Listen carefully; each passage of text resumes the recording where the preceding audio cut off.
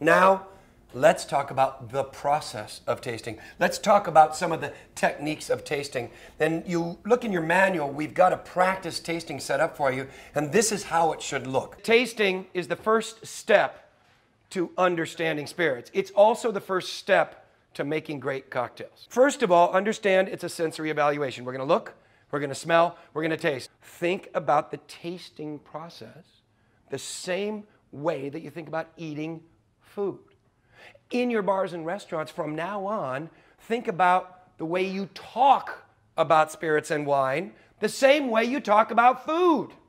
Use words like cherries and grapefruits and melons. Use words like velvety and soft and rich and light and full-bodied. Use words that make sense to people. Textural and flavorful. That's all you got to think about. Flavors and textures. Because really, that's what this all breaks down to. As a sensory evaluation, our first step will be to look at it. The next step will be to smell it. And I want everybody to just rub your tongue against the roof of your mouth right now. Way in the back of your mouth, at the base of your schnoz, there's a soft thing back there. Do you feel it? Okay, that is your soft palate. We were taught years ago that our taste buds is where we taste. And we do. There's no question about it. Our taste buds is where we taste textural things. Sweet, salty, sour, bitter. We say that those are the flavors that we know. Sweet, salty, sour, bitter. And of course, if you know, there's a fifth flavor now called umami. And then if you're a sake taster like we are, then you know that the Japanese have a sixth flavor they call astringency. Sweet, salty, sour, bitter, umami, and astringency are the things that we feel in our mouth. But in actuality, what we think of as flavors are really aromatics. Okay? Fruits and nuts and flowers and things. And those we do through our nose. So our nose becomes incredibly important to us. When you breathe in through your nose, aromatic compounds, that's a nice technical word for smells, pass across your palate, along with other things like, David mentioned congeners earlier, and we're going to use a lot of words for these things. They pass across your palate. The palate is the only organ in your entire body that's connected directly to your brain. So the deal here in tasting is to be able to step in between the aromatics and the textures and separate them. So let's break down each one of the steps now and take you through it. Because what I'd like you to do first is look at the entire color spectrum of spirits. We talk about white goods. Those are the spirits that have not seen any oak aging. We talk about the brown goods that you have on the backside here, spirits that have seen oak aging, or that is how they get their color, is it not? Well, that's usually how they get their color. Maybe a little visit from the caramel salesman, but most of the time it really is coming out of time in oak. But I think the important thing to consider is that spirits do not change color from oxidation the way wine would. And as we talk about, say, wines turning golden from being exposed to oxidation, spirits don't do that. Spirits will only change color if we influence them either by oak or by coloring. So these are, in this case, of course, premium spirits, so they are all oak-aged spirits. And let's begin with the simple looking process. And all we would want you to do is take glass number 1.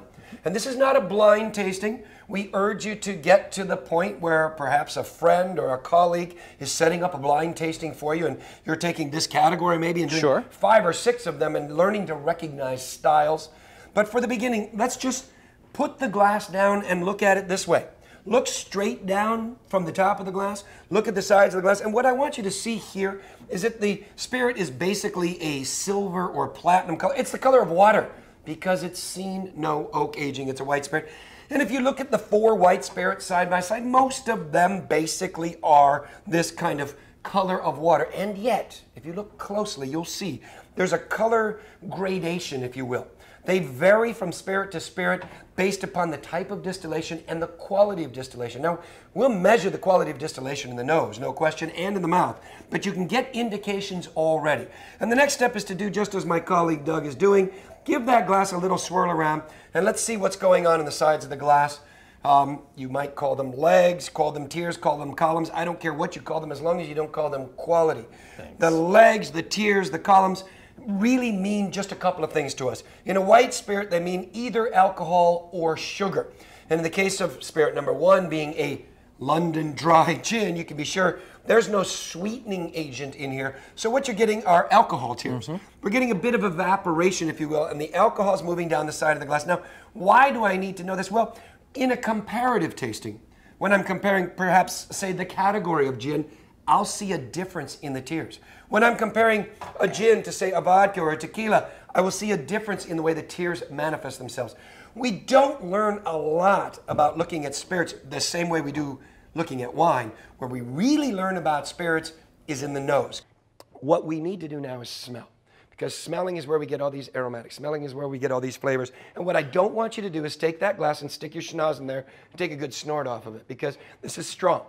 This is not wine. So what I want you to do is hold the glass like this, and we're going to look for primary aromatics, okay? And to do that, we're going to wave it in front of our nose like this, gently.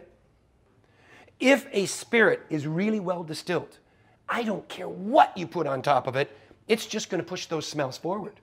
This is why great distillates in oak are better than average distillates in oak. You can barrel out a lot of stuff, but you can't change the quality of the distillation at the beginning. The next step is what's going to make your tasting life change. And that is basically how we put it in our mouth. Now, the first step is this. We talked about sweet, salty, sour, bitter, umami, astringency. We measure those on our tongue. We feel them on our tongue. Let's break them down. Sweetness. Where do you taste sweetness? Does anybody know? Right on the tip of your tongue, all right? What does alcohol come from? So where do you think you taste alcohol in your mouth? We want to taste the flavors. So we're going to move the spirit past the tip of our tongue into the middle of our mouth. Then we're going to let it fall off the sides of our tongue, okay? We're going to fill our mouth. We're going to roll it around in our mouth. We're going to chew it up, and we're going to spit it right out. And the reason we're doing that is, quite frankly, right now, every single thing that you've eaten, maybe you had a cigarette during the break, maybe you grabbed a cup of coffee, maybe you had a ham sandwich. I don't really care what you've done, but whatever's in there, it's affecting the way that you taste, and you could all use a little bit of mouthwash right now. So what we're going to do is we're going to rinse our mouth out with every single spirit that we taste for the rest of the week. Every time you taste a spirit, you will taste it twice, period, okay? This you have to do. You'll take a little tiny sip, you'll rinse your mouth out, and you'll spit it out. What have you done? It's like putting olive oil on the inside of a salad bowl. You have just prepared your mouth for tasting. Okay? Now the only thing that's in there will be that spirit, but there's more than that. The second time that you take it in, you're going to treat it completely differently. You're going to take a little sip in, you're going to drop it in the middle of your tongue. This time you're going to let it fall off the sides of your tongue. You're going to push it up behind your teeth. You're going to roll it over your lips. You're going to completely coat every single molecule of your mouth.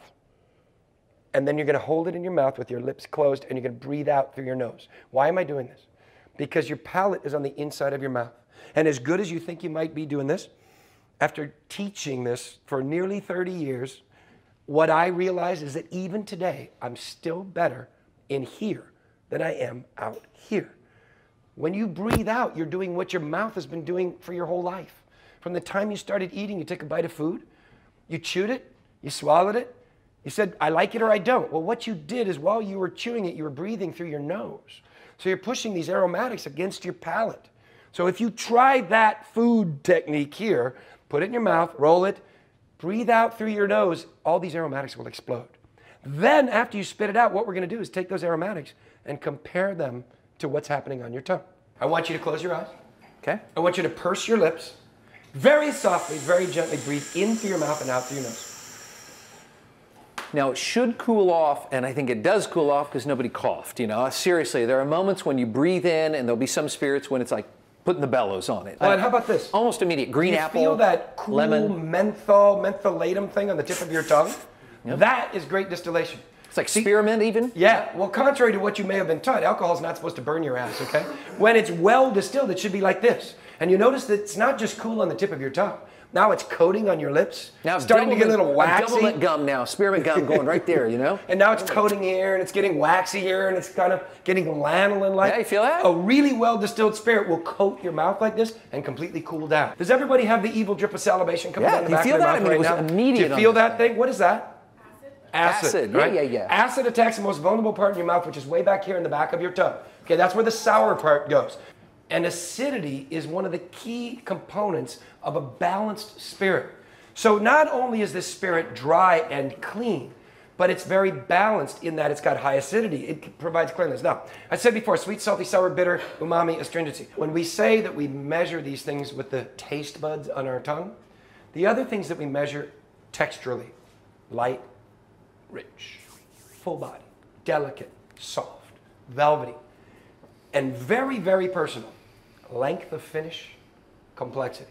When I said the 6 flavors, Astringency is when all of those other flavors are in perfect harmony and they leave your mouth this way, feeling clean and ready to eat or drink, which is the objective. The purpose of the cocktail from the beginning was not to cover it up. It was to enhance it. It's to soften the edges. Before we had spirits this perfect, quite frankly, most of them were a little rougher, and we had to kind of soften the edges a little bit. But the idea was to enhance the intrinsic qualities. So those flavors that you all picked out, we still want those to shine through.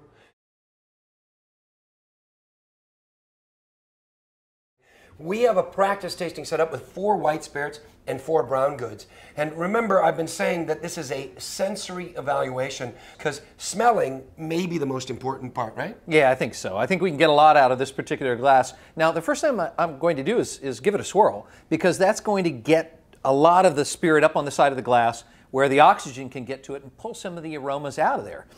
So first thing I'm going to do is take a whiff. Now, it's not like wine. You know, if I just go like that, I could drop that way, because this is, you know, pure spirit. I mean, this is fairly high alcohol stuff. We're over 90 proof. Yeah, exactly. So when you bring a glass like this up to your nose, you really want to take it pretty easy. You don't want to take a hard sniff like you would with wine, or a lot of people do with wine. One of the things that I'll often do is let it settle a little bit and take a gentle smell, give it a swirl, take a gentle smell. And the first thing I smell on this one, I get this sort of pine needle smell, which I associate with juniper. Absolutely. It's like black pepper, it's like pine needle. It has that fresh forest smell, which again, I associate with juniper. I think I know what category we're in here, okay? I mean, you know. You think this might be a gin? I think it better be a gin, because it certainly smells like juniper berries. And that's what gin is supposed to smell like. Juniper berries grow on evergreen bushes, and you get this piney scent, and you get this tarry, resiny feeling on your fingers. And quality of distillation, Yes. Can we talk about that? Serious quality of distillation issues. When I smell this, I smell juniper, I smell pine, I smell black pepper, so I smell spices first. But immediately my mind is drawn to fruit. I get lemon rind, maybe a little bit of orange rind, maybe some grapefruit rind. And to me, that indicates almost immediately that I'm dealing with a high quality spirit, because I'm not just going, whoa, alcohol. And I often will smell, poorly made spirits will have a very hot, it'll be peppery, but peppery in a painful way, like literally painful on my nose or making my eyes water or things like that. This does nothing of the sort. Instead, I'm all caught up in the smell of juniper, smell of fruit rind, which is a good sign to me. But I look at things in categories. I want to smell spices. I want to smell fruits. I may want to smell, I don't know, things from the earth. I may want to smell things from nature like vegetables or things like that. Different herbs. I'm going to look for different things like that. So let's go to herbs next on this one. Yeah, definitely herbal in here. Yeah. Just a hint, just a touch. Yeah, it's like fresh rosemary. I mean, really fresh rosemary, and maybe some basil, maybe some mint, maybe some thyme, things like that. It's hard to put a name on them. What you do is you get fresh herbs. Okay, so I got a lot of spice. I've got plenty of juniper. I've got nice fruit, but tart fruit, and then I have plenty of spice. And what I don't have is alcohol that hurts my nose or makes my eyes water. So thus far, the indications are really good on this thing. Well, and if the spirit is well distilled, it will do exactly what the spirit is doing in the glass. The spirit itself provides a platform, if you will, and it pushes all of these aromatics forward. So we don't really, of course you get alcohol in this glass, it's 90 proof, but it's not, like you say, it's not burning you, it's not sweet, it's not noticeable, because the alcohol is pushing all of the aromatics forward so that we get these lovely smells. I was going to add that I pick up a little bit of licorice or some sort of anise smell in there. Just a hint. Just a touch licorice, of that in the back. And now I'm adding a little orange, a little lime. And so, again, I feel really good about the quality of distillation in here, that they didn't leave a lot of heads in here or a lot of tails, which is the part of the distillation that can smell pretty rough on the nose.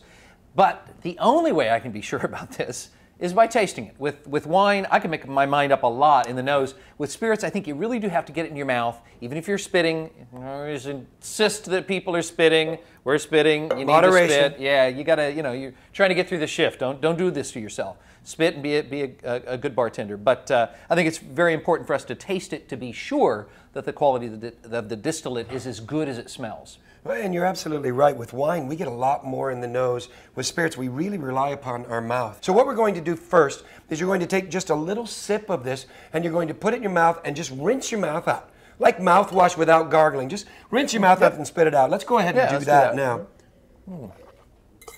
My mouth is minty fresh, but I'm going to take a second taste now, because I've prepared my mouth, just like Steve said, Now it's time to take a second taste. Can we And, go with that? well, when we do the second taste, let's make sure we do it the right way the first time. And how you do this moving forward is going to be a very personal thing. But what we find is that, well, the tip of the tongue is where we taste sweetness. And as you know from earlier in this module, alcohol comes from sugar. So fascinatingly enough, our first notice of alcohol in the mouth is, of course, at the tip of the tongue. So if you want to really break down the spirit without having the abusive, abrasive blast of alcohol, what you do is you move it past the tip of your tongue.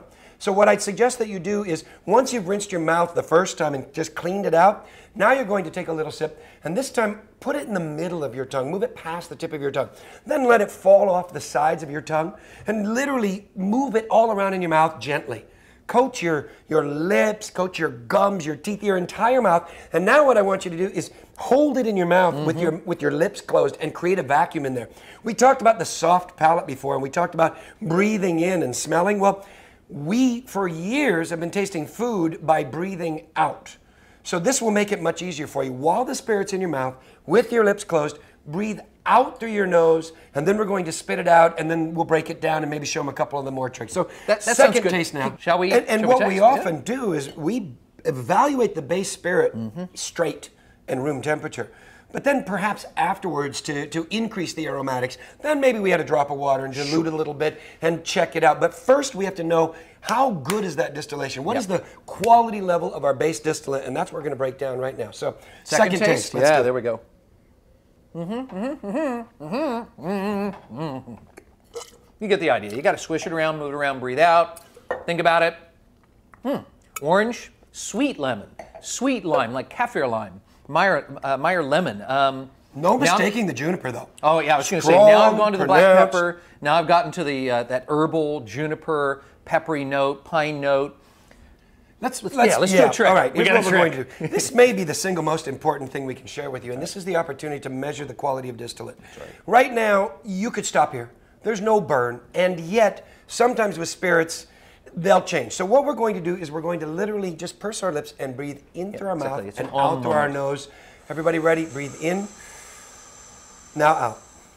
Through your nose, notice how the aromatics begin to light up. Do it a couple of times. Now my orange is getting drier. My orange is really all getting drier. It's all orange zest, lime zest, all that sweet stuff I had before, totally gone. Now peppery, almost dusty even, dried herbs. I think it's very important to point out the difference between the spice burn, because on your tongue you get some of that spiciness, but it's not an alcohol burn. Alcohol is going to catch you here. And make your eyes water. Yeah, and around in here. Everyone gets it in a different place, but you'll know it. Yeah. Alcohol burns you here, whereas this is spice. And spice is a different kind of a heat. Ginger. You'll never... Ginger, call, black pepper, ginger, white lemon. pepper heat. White pepper heat, yeah, exactly. And herbs, dried herbs. The herbal thing is much stronger now. Maybe like coriander, cardamom, that sort of Asian herbal spice. I'm going to go out on a limb and say this is a gin. Oh, you're good. Thank you. You are so good. And what I do think that's going on is that the way it sits in the mouth right now, my mouth is very dry. Very. And that's really important in my evaluation of the quality of the spirit. There are spirits that have glycerin added to them, sugar added to them, various things, and I'm not saying those spirits are all bad. It's just that that's a fairly cheap and easy way to try to make a so-so spirit taste a little better. But what happens in a spirit like this is my mouth is very dry. It's like the Sahara in there right now, and that tells me nobody cheated in that way. They didn't add anything here trying to cover up what they thought was, well, an okay spirit. Instead, my mouth is bone dry, it's dusty, peppery, there's like a caramel note now. It's really an attractive sort of... Can we talk about the salivation and how much acidity is contributing to the dryness right now? I mean, honestly, you have the evil drip of saliva coming down the back of your mouth. This acidity, if you will, is one of the key elements for matching spirits and cocktails with food. And it's a very, very important point to talk about. And the other thing I'd like to just point out is we talked earlier, sweet, salty, sour, bitter, umami, and astringency. The astringency thing I tried to describe as the Japanese sake tasting model is this. It's this cleanliness in your mouth. Everything cleanliness. The everything, where now I'm left with a clean mouth, ready to eat and ready to drink. And speaking of drinking, what do you say let's break down one brown spirit too, just so we can see the difference? I think that's good. Now, you remember on glass number 1, I talked a little bit about the caramel note, and I want to explain that because we're going to run into caramel in these brown goods. I think the caramel in glass number 1 is like toasted grain. There's a sweet sort of toasted grain, and so I guess the moral of the story to me is even in these white spirits, you can figure out what it's made from. But let's go to this. Well, and before we go, I think we just need to go back for, what about the length? What about the complexity, the layers of different flavors going on in the mouth? It's true. Something you always want to reflect on before you move on is how long is that spirit? How complex is that spirit? How well distilled is that spirit? And I think in this case, answers all of those questions all by itself. At the same time, I'll admit that white spirits typically don't have as long a finish and as many bells and whistles as a spirit does that has been allowed to be aged in barrel. Like I said, we're going to pick up out of the barrel, look here and know there's going to be barrel character. I'm going to get caramel, butterscotch, honey, all sorts of wonderful things. Maybe molasses, maybe maple syrup, vanilla for sure. So all sorts of things are already going to happen just because I've aged this in barrel. Now, that all comes from the barrel itself. Yeah. But what about those smells and aromatics that are attached because of the time that it's spent in a barrel, which is a slightly different way of looking at it? It is a different thing. You get caramel, butterscotch, molasses, etc., vanilla from the barrel itself, but if you leave something in barrel and put it in an environment, let's say, where the temperature's going to get a little bit warmer and it'll expand a little bit in the barrel and maybe contract in the winter, and do this for several years, you start to get a nutty character. Almonds, pecans, walnuts, things of that nature. And then you start to get something like dried fruits, figs, raisins, dates. It can get really pretty exotic, all the way to an almost cheese-like note in some very, very old cognacs and very, very old single malt scotches. But that's kind of off the charts. Let's just see what's going on with this glass, shall we? If you just, again, you go through the steps, as before, we're going to look at it. You'll see the tears are a little bit different. They're going to manifest themselves as heavier. It's going to seem like it has more viscosity, because the other thing oak adds is a textural thing in your mouth. It adds a richness, and that's why so many people drink oak-aged spirits, because they're softer or smoother than most white spirits. The other thing is sometimes you'll pick up some tears at the bottom of the glass that are specifically from an oak barrel. But in the nose is really where this spirit's going to sing. The good stuff's going on in the nose. Why don't you take us through what you get out of the nose? Yeah, here we go. So first things first, vanilla. Surprise! Okay, it's been in a barrel. Good. Vanilla, caramel, touch of butterscotch. Not a lot of butterscotch, a little bit of butterscotch. Baking spices. Baking spices for sure. Cinnamon, cloves. But the molasses maple thing, no, we're not all the way to the molasses maple, even chocolatey thing. It isn't really going on here so much. Instead, as Steve said, we're getting immediately to spices. So baking spices, clove, nutmeg, allspice, cinnamon.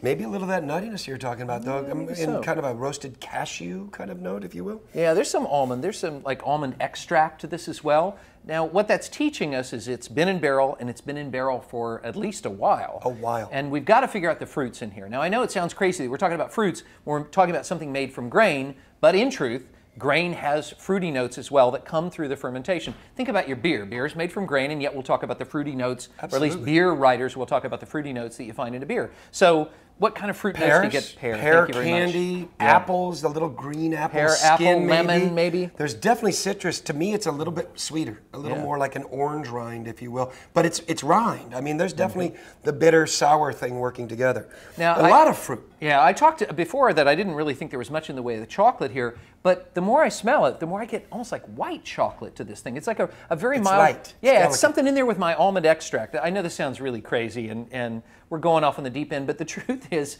if you just keep smelling this stuff and keep working it, you can find lots of little aromas in there. When you do so with friends, some people are going to go, I do not know what you're talking about, dude. And some people are going to say, yeah, I totally get that.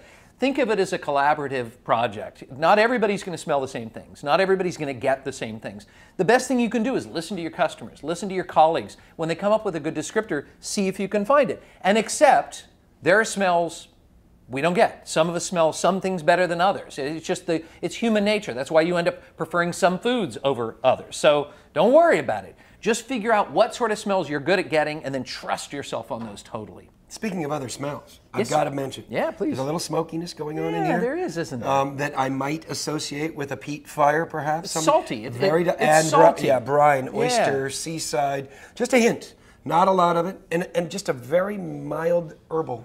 Oh, yeah, definitely. I think there's some herbal stuff in here. Not dill, but going that direction almost. Yeah, again, kind of the smell of the forest, all sorts of interesting smells. Clover. That clover for sure. Sage. There's something floral going on here that I'm not really sure how to define, but floral, I'm going to define it like that. So there's a ton of things Heather? happening. Yeah, it could be. Heather? Could be heather plants, which smell kind of peppery and floral at the same time. I'm not saying you're supposed to smell all those things in this glass, but if you spend enough time, I think you can. They're all there. Yeah, and the issue is that this is a very complex nose. On the other hand, I think one of the important things to say about this glass is none of them really stick out. It's not like there's one smell that dominates everything else, whereas glass number 1, frankly, was dominated by a juniper smell and then a fruit smell. This has a lot more notes, and yet none of them seem to stick out. So I think it's time to taste. I'm in, okay, 2 tastes, right? First taste, just to rinse, spit out like this, okay? Next.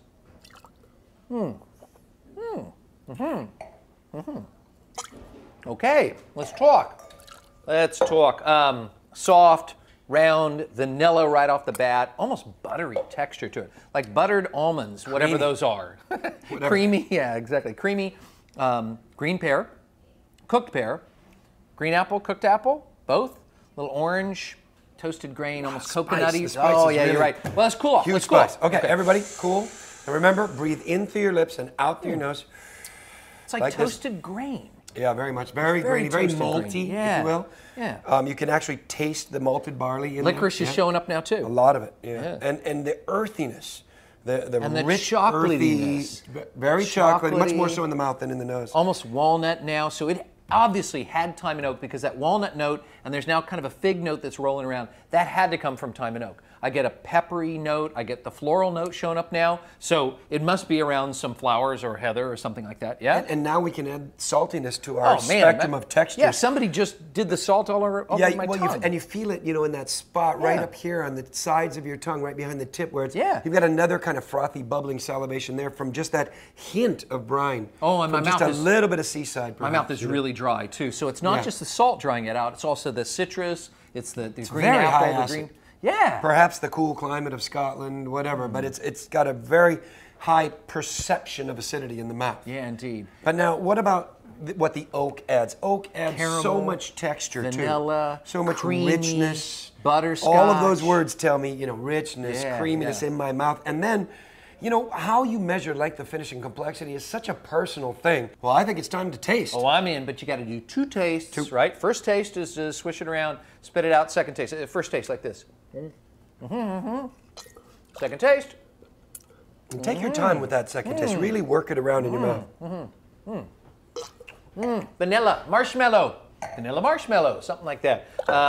Spice, but I'm immediately getting vanilla, caramel, butterscotch, kind of the barrel notes. And then I'm getting that spice. I mean, pepper, cinnamon, Very spicy. clove, nutmeg, all on my tongue. It's really going like that right now on my tongue. Now I'm getting dried out from green apple, green pear, cooked pear, a little bit of orange, a little bit of lemon at my mouth. Wait, my mouth's Should we getting breathe? really, really dry. Let's breathe. Let's breathe. Ready? Breathe in through your mouth and out through your nose 2 times, very softly, very gently. Let's measure the quality of distillation here. Oh, wow. Brilliant. Toasted nuts. It's a great distillate. It's like toasted nuts. It's like toasted bread right now, too.